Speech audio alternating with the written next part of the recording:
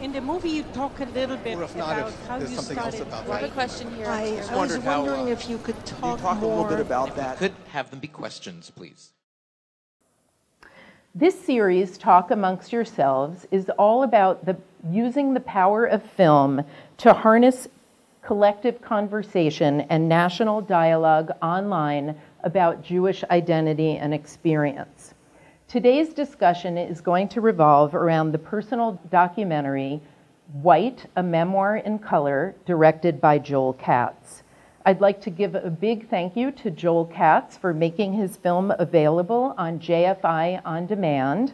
This is our online streaming platform, and if you haven't seen the film already, you can view it after today's discussion at jfi.org. This film raises very important issues about race and identity in the context of parenting and family connection and many other issues. And we are really excited to have a great panel today to discuss the film and the issues that it raises. We've invited several wonderful women to join us, and we all see film through our own lenses and our own perspectives, and these panelists have been invited because they represent personal and professional expertise in the issues that are raised in this film, and I think they'll really contribute to a much deeper discussion and understanding of the issues that Joel's documentary brings forward. So first, I'd like to welcome Lindsey Newman.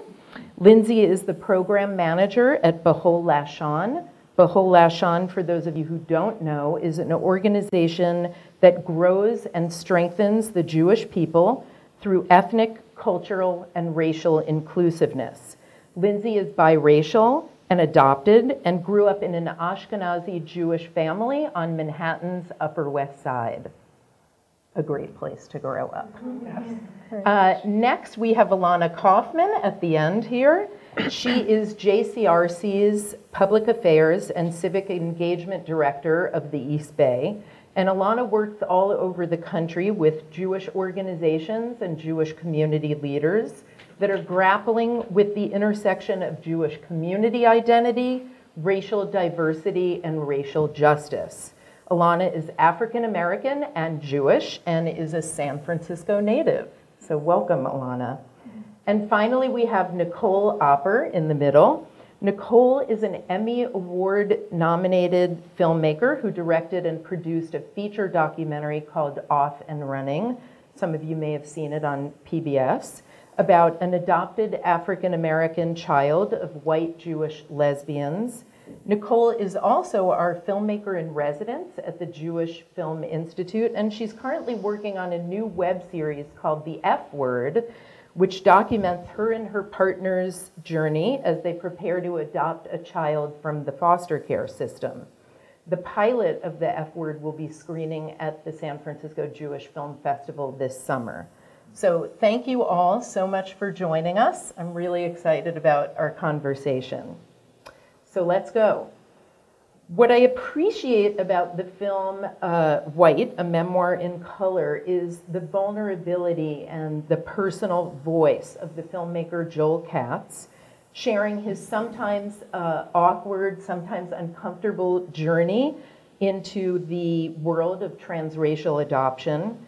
And the way I see it, we're all on a continuum of how we relate to our own complex identities, especially with regard to race and Jewish identity, but obviously we carry many things with us that contribute to our development of identity over our lives. And Joel really beautifully lets us into this very intimate process that he and his wife are confronting as they're choosing and considering to adopt a child that is of a race that is different than their own. So I thought we would just start out with a short clip from the film to set the stage. So we're going to go ahead and roll the first clip from White, a Memoir in Color. So glad you're here. The arrival of our social worker for the home visit, a required part of the adoption screening process, forced us to reckon with our decision. You're inclined to put all for now? Mm-hmm. Okay, let's do that. X equals all. I'm going to get ready to ask you a series of questions, and whatever answer you give me, I'm really going to challenge that, because I want to know where both of you are coming from, if you're on the same page, and it also gives me a better understanding of the both of you. Let's talk about the race of the child that you would like to adopt. I noticed on your 2-page profile that you said any race, that you would be open to parenting a child of any race. Tell me why. I'm not trying to have a child that looks like me.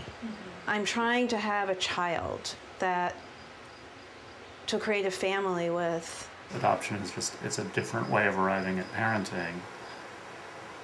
And if the result is the child doesn't look like us, that's the reality of that different path. Walking in that mall with the 3 of you together, and if you have an Asian child, people take a second glance and, oh, you see that often enough. But if you're walking around with your dark-complected African-American child with kinky hair, it's more than just a second look. And what we see with families are families who have not acknowledged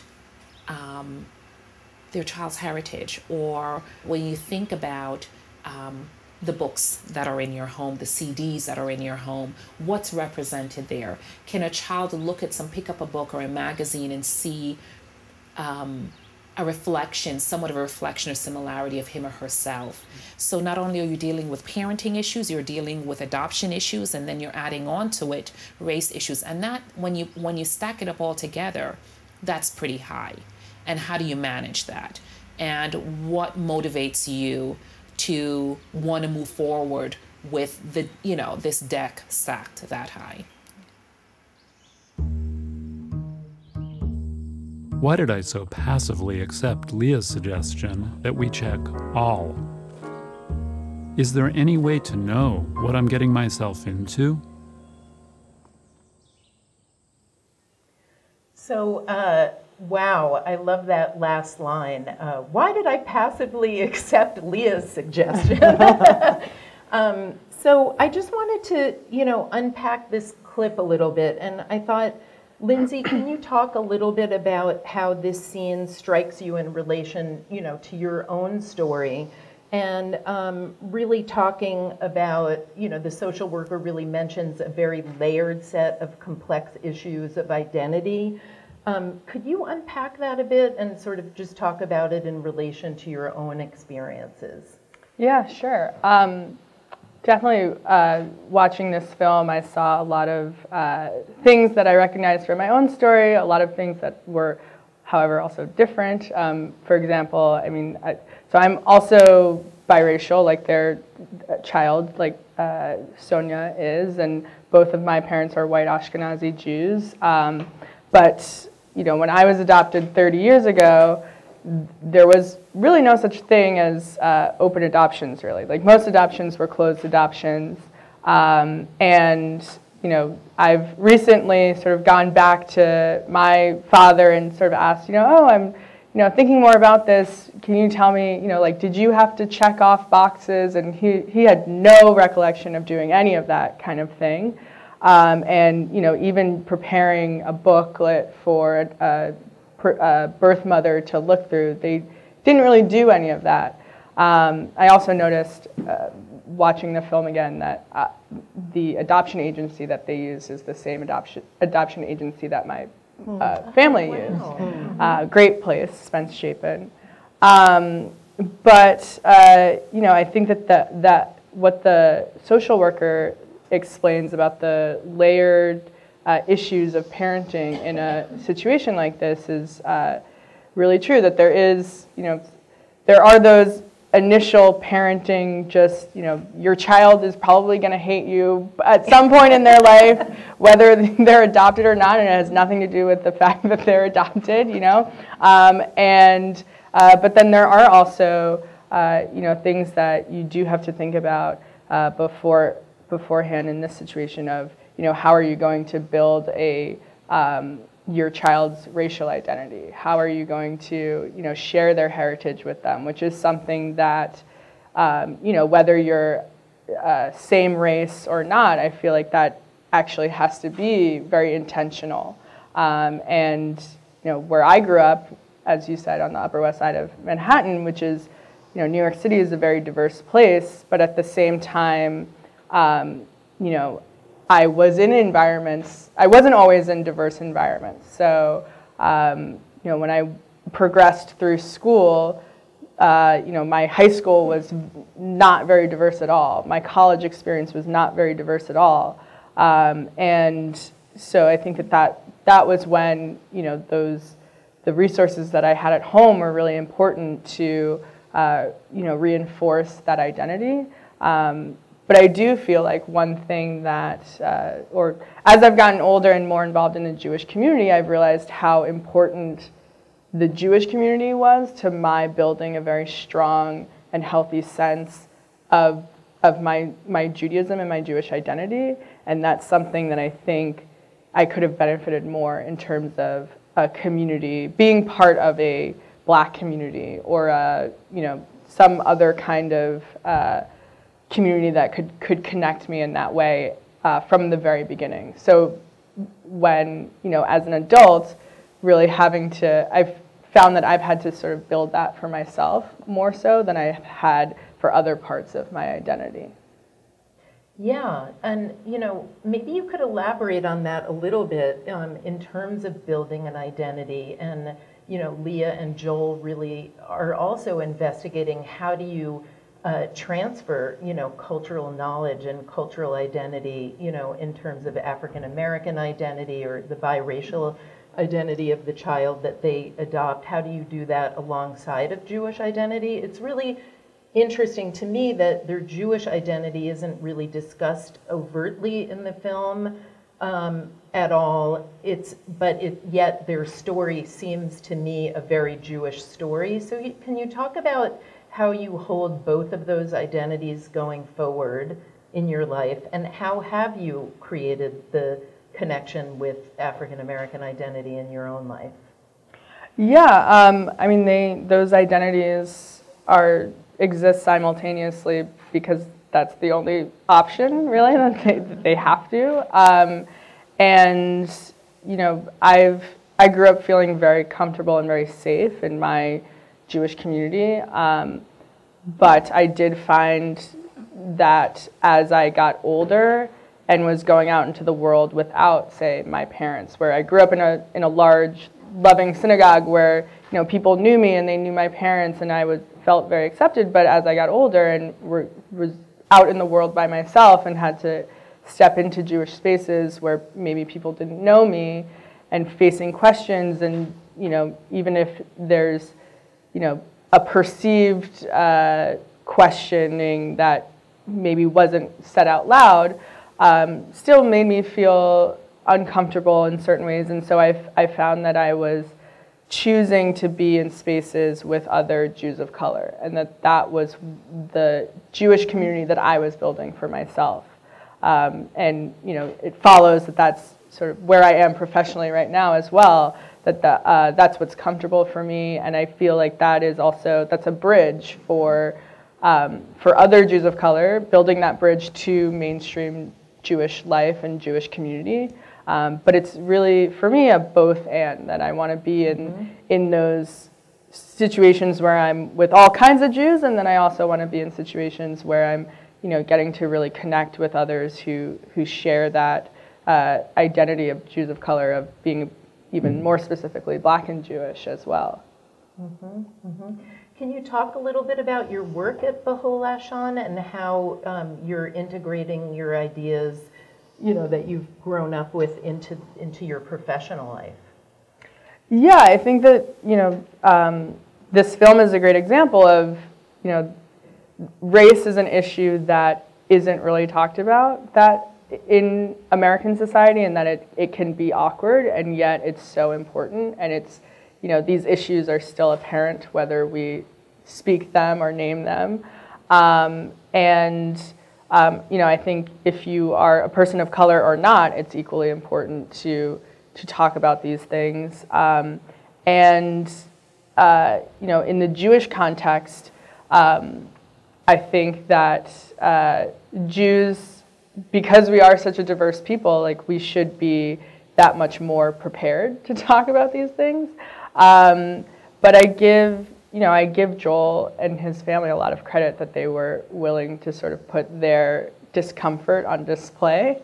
But I think in my work, also like bringing these kinds of conversations out into the wider world is something that's important and going to bring us as a community forward, especially in the space that we find ourselves in, the American context right now.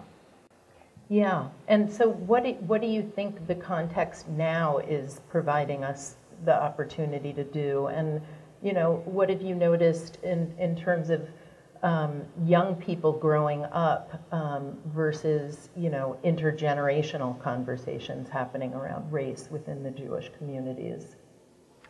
Yeah, I think that in some ways younger people, because of things like technology, because of the ways that they are able to connect with one another, are more primed to recognize diversity and to value it. But at the same time, Leah and Joel live in Woodstock, New York, which is a very white town that's, might be very liberal, but, and even Joel himself, that talking about how he grew up in this liberal family where they cared about civil rights, and yet he talks about that they hadn't seen black people or interacted with them until he was, 10 years old or something like that. And so to sort of bridge that conceptual gap, or that gap of, valuing diversity, but then also living it and being able to integrate it into our lives more and be able to, engage across differences and be comfortable with that is, I think, a lifelong journey.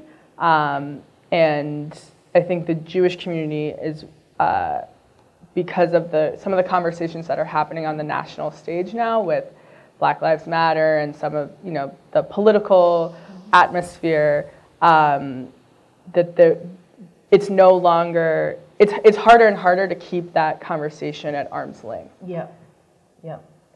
Well, I thought I would contribute that I was in contact with Joel this morning, and he wanted us to share that they've moved from their community to Montclair, New Jersey, which is a more diverse community than the upstate New York community that they were living in. So I think, what's interesting to me is this is like a conversation that evolves and consciousness that evolves over time, that we're not in a fixed place around race and identity, and there's always opportunity to learn new things, get more information. And I think what's so exciting about the time we're living in, there's so many more tools for discussing these issues about race, about identity, about gender than maybe we've had at any point before. So I think the context that we live in is really providing that toolkit for us to move forward. So Joel just wanted people to know that the film was completed in 2012, but their family has continued to evolve since the end of the film.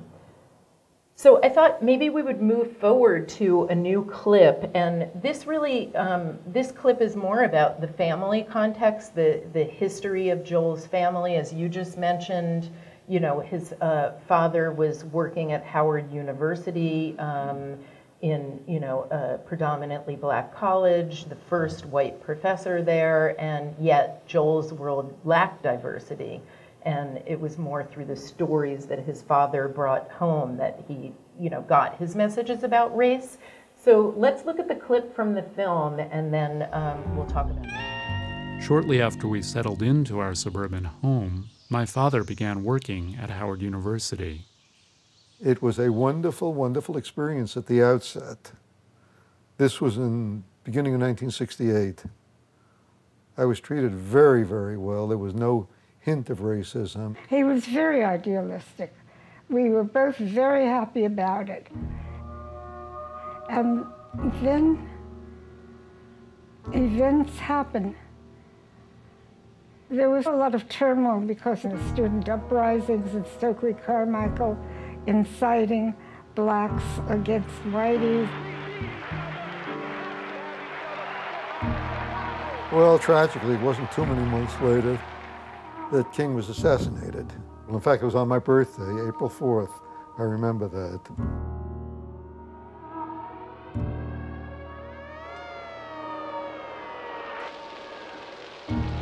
Following King's assassination, riots, looting, and fires consumed the capital. I still remember the smell of ash, the boarded-up stores, and the National Guard troops when we dared visit the city some weeks later. I was 10 years old, confused and frightened. At home in the suburbs, racial conflict seemed far away. But my father worked in downtown Washington, and every day he brought his stories home. Herb started under those hectic, tumultuous conditions.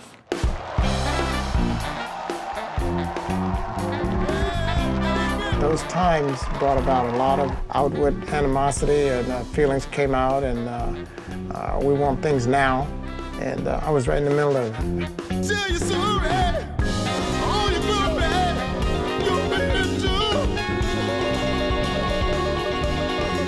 You had student demonstrations taking place throughout the country. We had a lot of turmoil on campus. The turmoil was so great that it was either in 70 or 69, they suspended exams.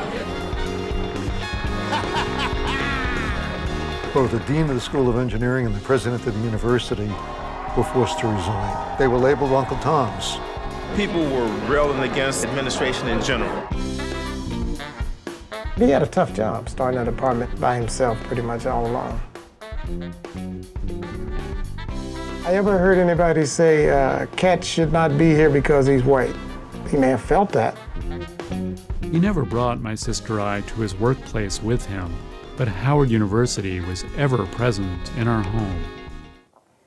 Okay, Ilana, I thought maybe we could talk a little bit about, your perspective when you're looking at this clip and talking about sort of the generational or historical moments that, we're living in. And I thought maybe you could share a little bit about your own personal story in terms of the context that you grew up in and the messages that you got from your family around race and identity. Sure. I think I love this clip for so many reasons. The juxtapositions of the perspectives from Dr. Katz's wife, using words like turmoil and disruption and hectic, and the juxtaposition of those words and sort of the power of those words with what we see of the African American community, which is just like elated and empowered to be able to respond to a moment where it's time to be empowered and it's time to fight back against formalized oppression. And we're doing this in a context where Howard University is this esteemed premier university for African American community. And in the 1960s, like 2.5% of the African American population had bachelor's degrees. In a context where about at that time, 25% of the white population had bachelor's degrees. And let's fast forward to 2015 for some recent data. And like only 25% of the African American community has undergraduate degrees. And about 70% of the Jewish American community has bachelor's degrees or higher. And so this context is really, really important. And sort of the elation that the African American community feels at the time is about seeing this as the moment to find power and to find equity and equality and to use some of the same tools like formal education and higher education to get there. And the Jewish community at this time has had, we have had our own experience in this country coming from oppression largely from Eastern Europe at the time. And the Jewish role in the United States at this time was largely to help African Americans, is how the Jewish community saw their role. And helping is also a sense of difference and distance and separation. And I think that those qualities in some ways characterize the time. And for my own family, my mother is Ashkenazi Jewish. She comes from New York, raised in what I would say is like a modern Orthodox family. My father's African American from Texas. Baptist and Methodist people from like Texas City, which is like on the way to Galveston. And, you know, my mother was a single parent. She raised us here in San Francisco, and we were born. This is 1972. That's the same year that the Leban case saw the courts, and, you know, it was largely illegal to have African Americans and white people in relationships, in formal relationships in this country in this time. And so I kind of see myself as born into a spirit of an outlaw in some ways. And, you know, and even when we were born, it was suggested to my family that we be adopted out because my own white mother might not have whatever tools to raise black children. I mean, she did a marvelous job, and she's, you know, deserves a lot of respect. But she also, we got messages at the same time that this was odd. This maybe, you know, is not something that should go forward, and there may be some other pathways. And I think a lot of black people in my family felt the same way. Like, what would it be like for my mother to raise us without a black presence in the home? And there was some concern about that as well. And so we spent a lot of time with our family in Texas. But there was concern about, you know, how black we would be, and would we be raised properly in that way? And so there were tools for that, but there was some concern as well. Yeah. Well, yeah, she did a very good job with an so. outlaw. So, yeah, and then when you think about this clip, and, you know, it isn't in this clip, but Joel's father kind of has a reaction or a response to his experience at Howard, which is to adopt more racist and white supremacist attitudes. And I'm wondering if you could talk about, you know, the narratives in Jewish history around this role of ally, because, you know, there's definitely a huge history of Jewish participation in the civil rights movement, in human rights movements, and then there's this strain which you're identifying around being a helper rather than, you know, we're working together. So can you flesh that out a little bit more, and sort of how it might play out, you know, in the more personal story in the film? I mean, I think it's so interesting. I mean, in all fairness to the elder Professor Katz, you know, his story and our story as Jewish Americans, especially those of Ashkenazi descent who participated in the civil rights movement, was one of really, as allies, as social justice advocates, like deep in our values, we were going to fight for what's right. And what that looked like is the Jewish American community at that time leveraging our resources, and those resources were largely financial resources, resources of intellect and academic aptitude and ability, resources of resilience and resistance and the ability to coordinate. And so we were part of the founding of the NAACP. We were part of the founding of a number of these organizations that at that time helped establish hundreds and hundreds of schools in the South. And so part of the educational fabric of the South comes from our partnership as Jews with African Americans. Having said that, the dynamic related to those interactions was one of being a helper, and was one of doing what's right for the other. And the sort of quality of characterizing African Americans as the other both made sense at that time, because I think at that time, both multiracial African Americans were largely viewed as African American. Historically, there was like no census box to check that you're mixed race. And for Jews, you know, there were very, very few stories of interracial Jewish families at that time. And so there was really no worldview that suggested that multiracial African Americans were part of the Jewish community, or that African Americans were part of the Jewish community. And so there was this need and this desire, again, based on values, to participate in helping. And when you help, it also creates a dynamic that's not particularly equal or equitable. And I think that, you know, let's say the elder Dr. Katz went into his role at Howard thinking, wow, this is a deep and profound moment in African American history. And I am coming in as a white ally to help support this department in being started on behalf of creating generation after generation of African American scientists in a context where there are hardly any college graduates who are African American. Let's get an African American on the moon, right? Like, let's say that was the worldview. It's going to be tough because African Americans have experienced hundreds of years of enslavement, and now like just a breath of what freedom might look like. We haven't practiced these skills yet. We don't know how to be free yet. We don't know how to be allies yet. So I'm going to go in and I'm going to be generous and I'm going to be expansive, and it's going to be hard because now I'm the only one, right? So now I need a support network. And what I experience as tumultuous or hectic, I can see by talking and listening and being with my African American colleagues, it's about their empowerment. And it may make me uncomfortable. The same way Dr. Katz's wife talked about Stokely Carmichael inciting the blacks. You know, the term incitement is a matter of perspective. And from my perspective, and anytime I've been on the side of a rally for racial justice, I've never felt incited, I felt inspired.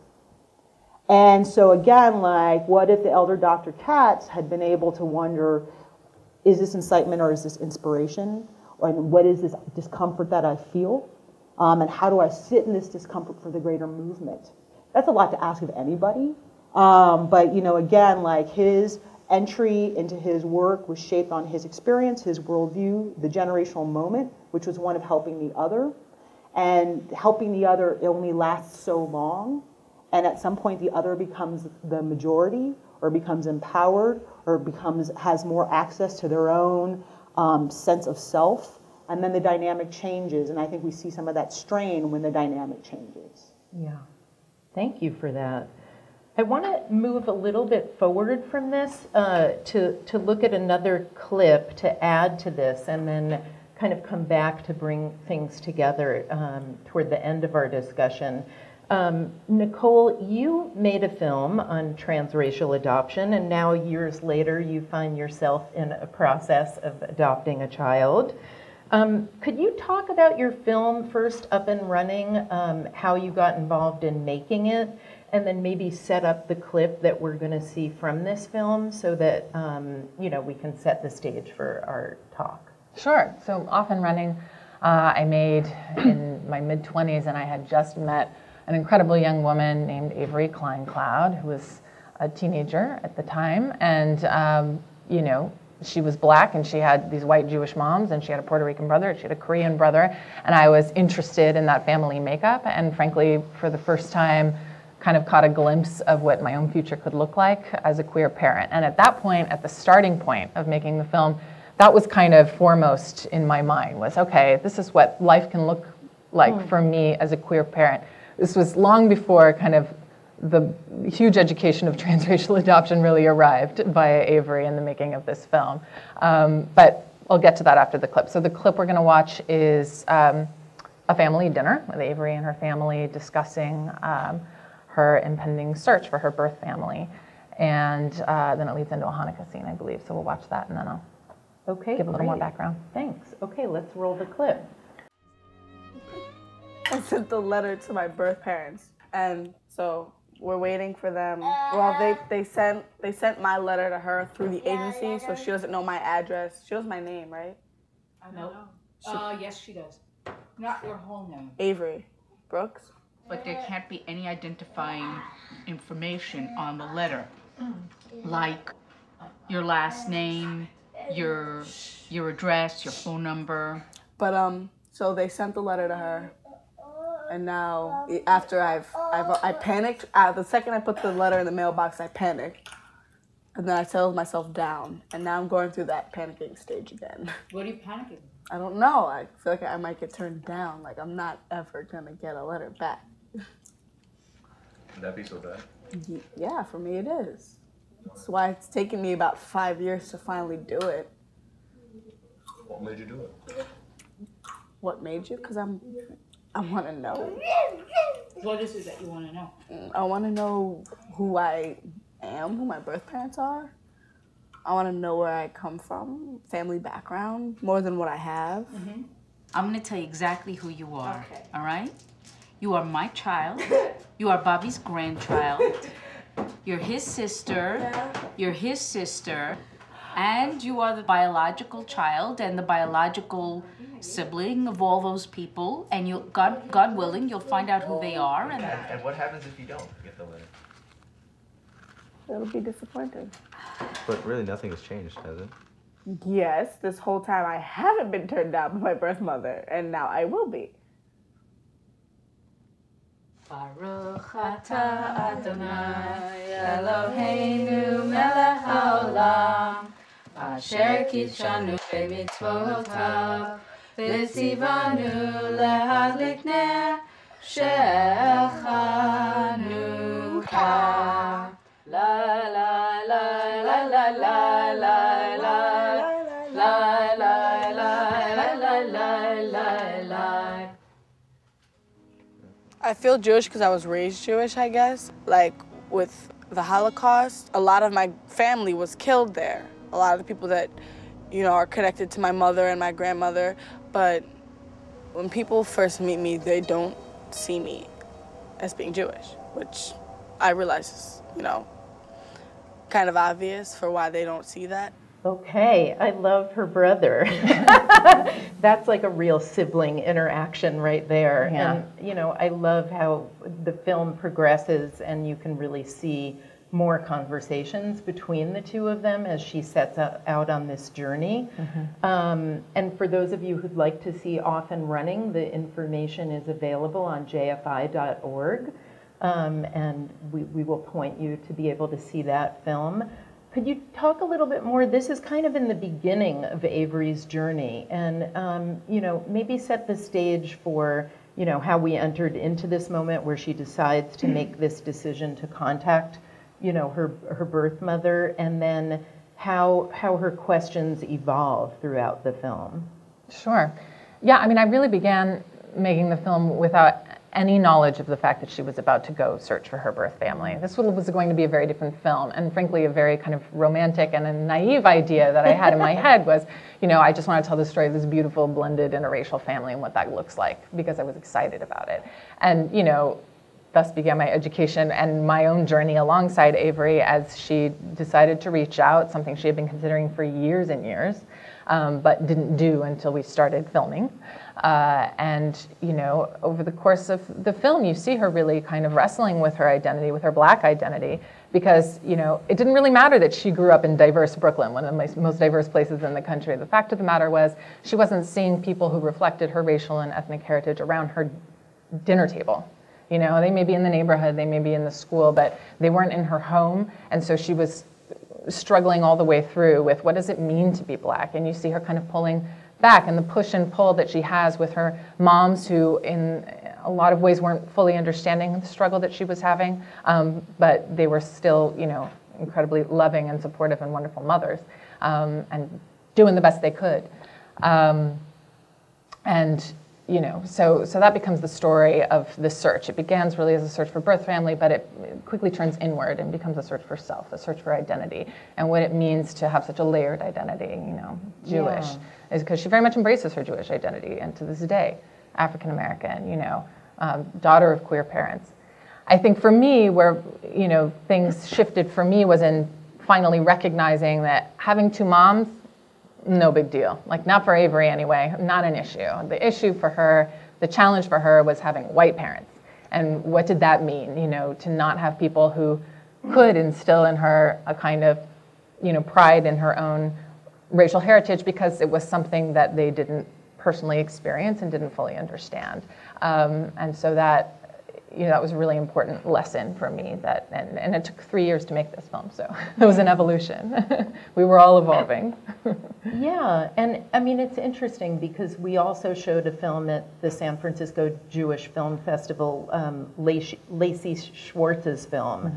And, you know, she goes through a similar journey, really seeking out the African American Students Union in college. And so, and Lindsey, you brought up the idea of it would have been good to have some community, you know, around the African American community early on that was part of your very early identity formation.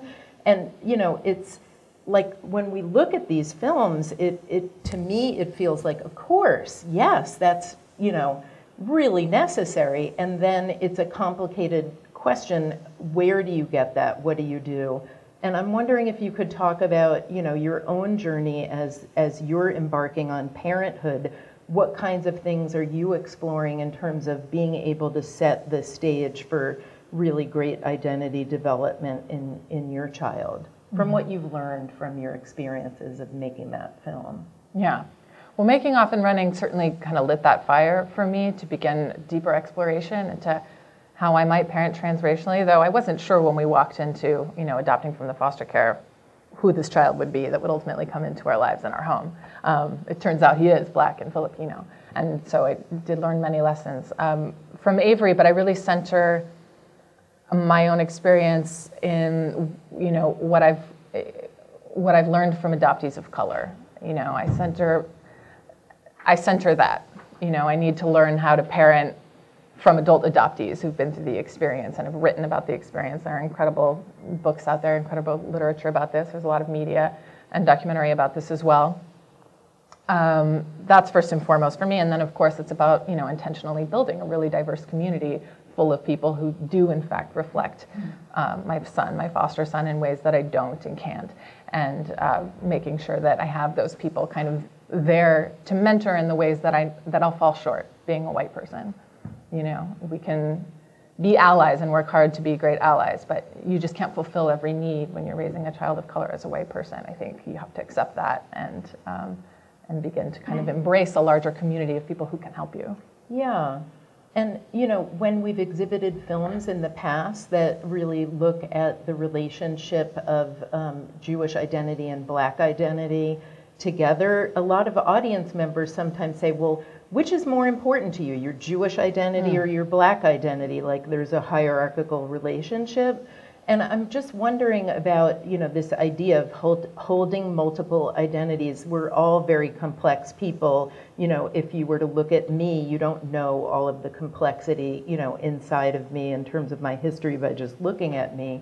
What are your thoughts about, holding those two identities at the same time, and maybe, opening it up to the two of you, how you nurture that pride and, sense of cultural heritage for both of these two very powerful cultural identities? Well, I'd love to just go right to Lindsey or Ilana to learn from their experience with that. It's something that I think about a lot, and I think it takes practice for sure of being able to hold multiple identities. I mean, I've always the way that I grew up, it was always assumed, and there was always space for me that, every part of you is equally as important, and most of the spaces that I was in allowed me to really harness that. But there are growing pains for sure, and I struggle sometimes in the Jewish community to be able to proclaim my Black identity and hold on to that, and similarly I've been in situations with mostly Black people where it can be a struggle to really proclaim my Jewish identity. But I think the most important part for me is finding peers that have similar experiences and being able to connect with people in that way and just, share those experiences and share those difficulties and, work through that with other people as well.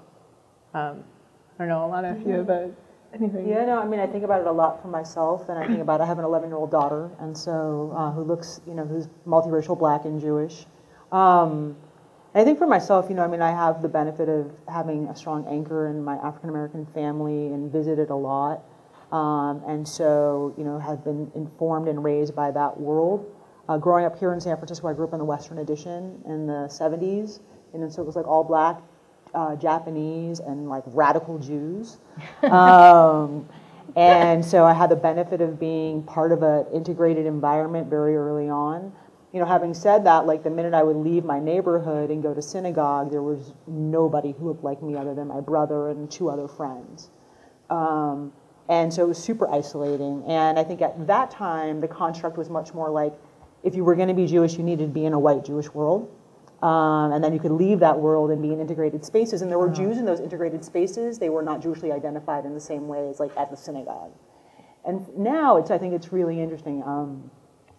My daughter has peers who look like her, who are Black and Jewish and multiracial and who live the world as integrated beings. Our racial identity is African American, it's Black. Our religious identity is Jewish. And so you come to our house and there's a Black Lives Matter sign, and that's super important for me, for her, and for anybody walking down the street to know that this is who this household is. And you walk to the front door, there's a mezuzah. right?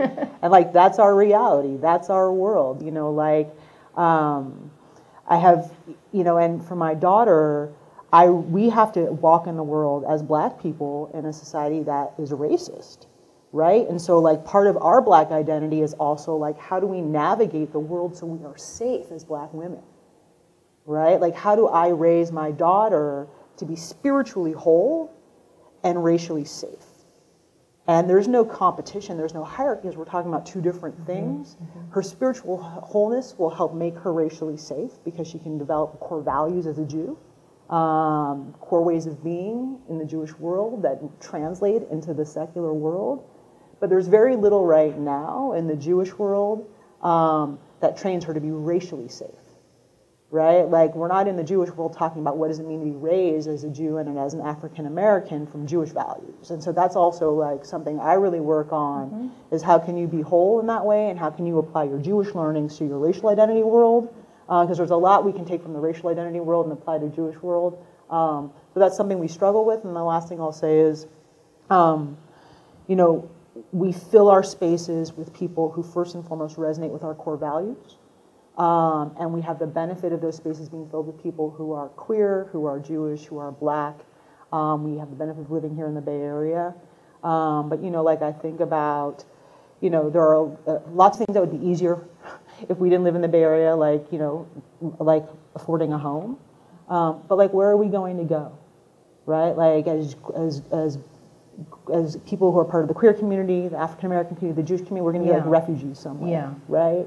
And so the other thing is, we have real limitations in our lives because we are Black and Jewish.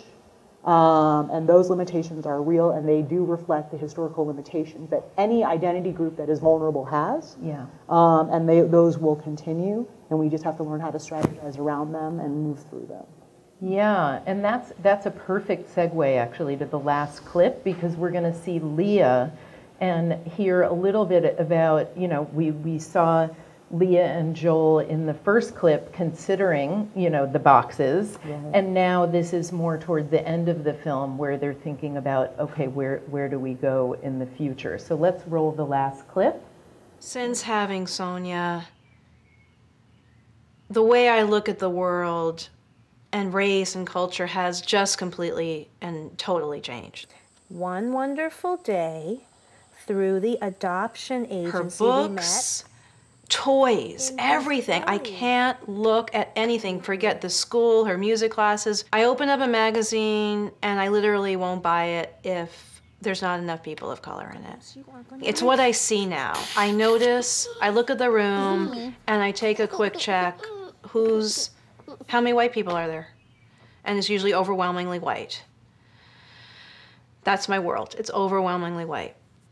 But this is where I love to be in terms of the land and my community of friends, support systems. Her grandparents are here, people who really love her and take care of her.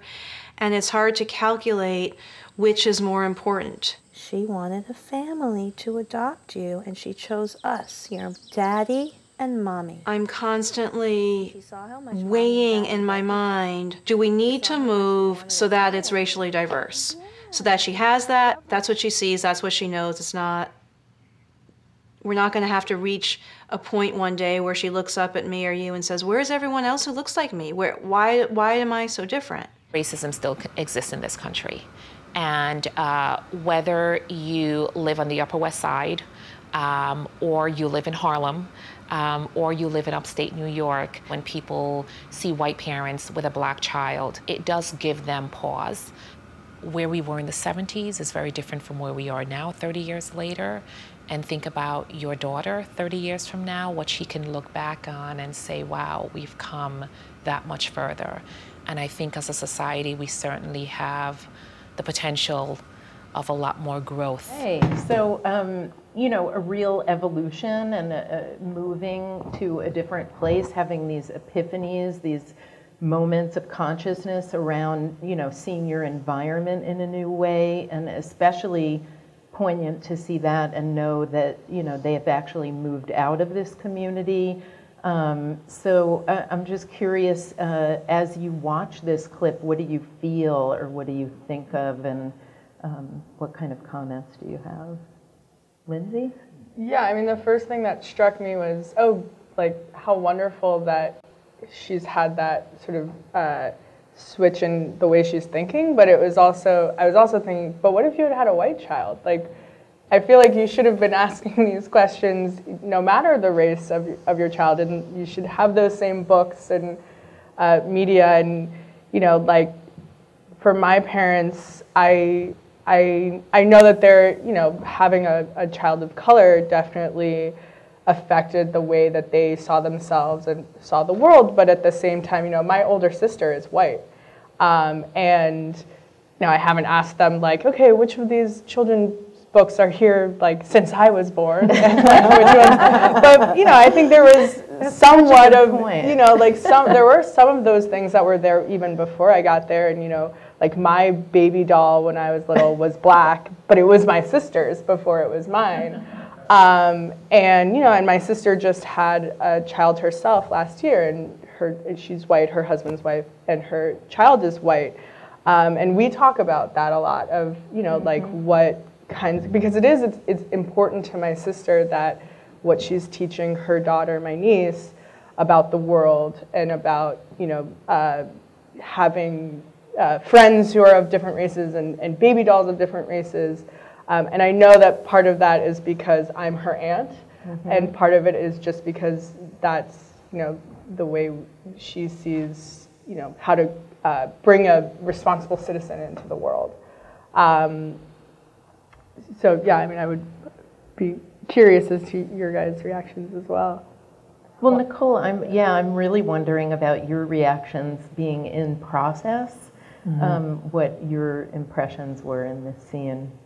Yeah, well, I echo Lindsey's thoughts exactly. To begin with, I mean, I remember being really, moved by the scene and by the questions that were coming up for the couple, and then feeling frustrated because that racial consciousness wasn't leading to action necessarily, at least by the end of the film. Like, they were aware this was an issue, that their child was, going to have to be the ambassador of her race in this entire Woodstock community, but they weren't acting on it and picking up and moving, so I was really happy to hear that they've moved. And I don't know Montclair very well, but it sounds like it's more diverse, and that these issues are at the front of their mind, because they're certainly at the front of mine. And I think about this a lot, what you mentioned about like, where else do we go? And that's terrifying because I don't think I'm going to be able to stay in the Bay Area forever. Right. So but of course it's just not even a question. Wherever we go, it's going to have to be a place that it's not just accepting, but reflective of our family makeup, moving forward.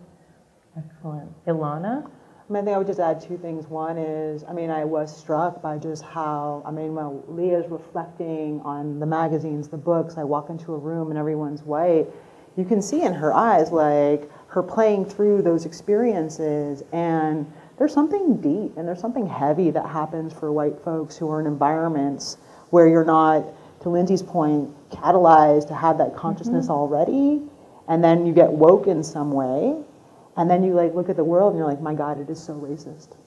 Like, it's just so racist. Like, I can't pick up a book, I can't pick up a magazine, I can't walk into a room, and that's heavy when you think about parenting a child of color, because it's pervasive and it's everywhere in really profound ways that are, even with people who are being mindful, like, it's just part of the fabric, right? And like, that's the difference between understanding like racism and white supremacy.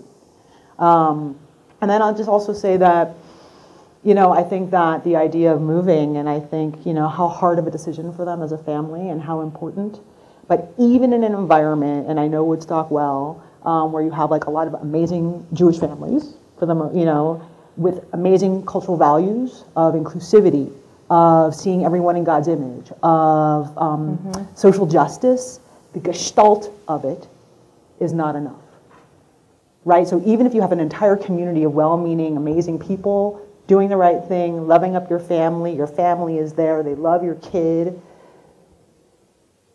the bigger picture is still racist to the point where you have to move, which is important, and it's also instructive for us. Yeah, it's interesting because I think Lacey Schwartz, who made Little White Lie, which showed at our festival, also came from a similar area as well. Woodstock. So, Exactly. right, Yeah, Woodstock. exactly, yeah. So, I mean, yeah, it's interesting because, you know, we are sitting here in the Bay Area and there's definitely a different conversation happening here. And, you know, I think it's great to really think about, you know, there's school choice. There's, you know, where are you going to be in the summertime?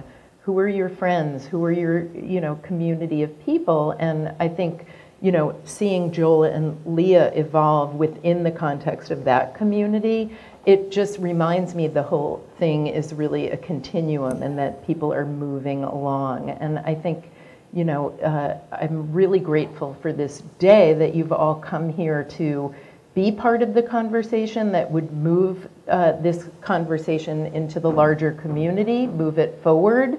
And I really want to thank you for your contributions today. Thank you. Thank you. Okay. I'd also like to thank Behol Lashon and Jewish Learning Works. They contributed to putting together this day and study materials for you all. So thank you so much for joining us, and I hope you can tune in next time.